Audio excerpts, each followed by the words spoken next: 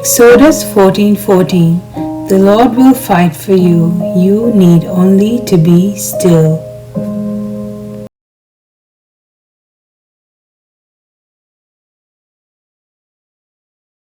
සිංහල පරිවර්තනය නික්මයාම 14:14 ස්වාමීන් වහන්සේ නුඹලා උදෙසා සටන් කරනසේක නුඹලා නිශ්ශබ්දව සිටිය යුතුයයි සෙනඟට කීවේය.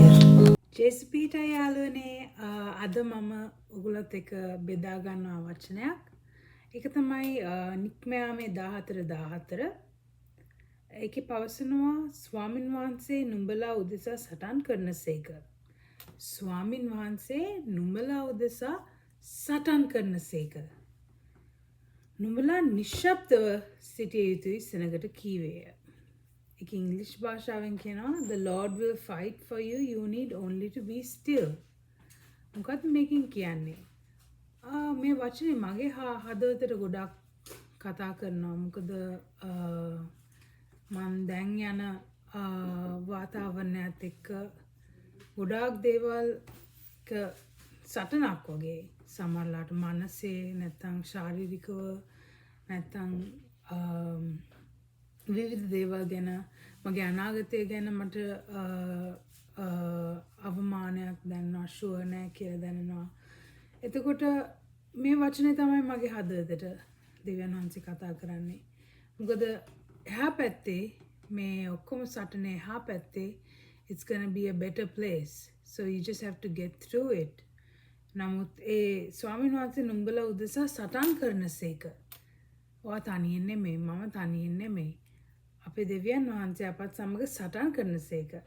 නුඹලා නිශ්ශබ්දව සිටිය යුතුයි. Be still. Be still. And know that I am God කියලා. ඒ වචනේ Exodus ඒ අනිත් වචනේ තියෙන be still and know that I am God කියන්නේ Psalm 46:10. ගීතවල 46:10ට. ඒ නිසා තිස්සන්සේගේ නාමයෙන් අපි මේ වචන ඉගෙනගෙන අපේ ජීවිතයට අපි ඒක ඇතුල් කරගෙන අපි බය නැතුව ඉදිරියට යමු. දෙවියන් වහන්සේගේ නාමයෙන් ජේසුපීට ඔබසමට අපි එන යාඥා කරමු දයාලුවනේ. ස්වර්ගයේ වැඩ සිටින ජීවමාන දයාවන්ත මගේ යේසුස් වහන්සේට ප්‍රශංසා කරමි ප්‍රශංසා වේවා.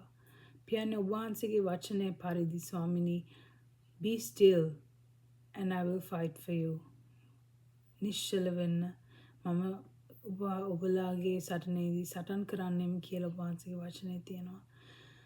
අපේ ජීවිතේ ගමන් කරන සටන්කාරී කාල වකවානුවක ස්වාමිනී යුද්ධ වකවානුවක ස්වාමිනී අපි අවිනිශ්චිතයි ස්වාමිනී.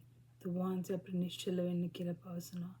ඒ නිශ්චලතාවයේ කරන කොටගෙන අපි ඔබ වහන්සේ අපිත් සමග සිටිනවා කියන එකේ බය නැතුව අපි ජීවත් වෙනවා ජේසුස් වහන්සේගේ නාමයෙන්. අපට ශක්තිය ලබා දෙන්න පියාණනි. අප තිරිමත් කරන්න ජේසුස් අපත් සමගම සිටින ජේසුස් අප ආරක්ෂා කරන්න පියාණනි. ජේසුස් වහන්සේගේ නාමයෙන් ආමෙන්. right. ජේසුස් පීටයි එනම් අපි ඊළඟ සැරේ හමුවෙමු. bye.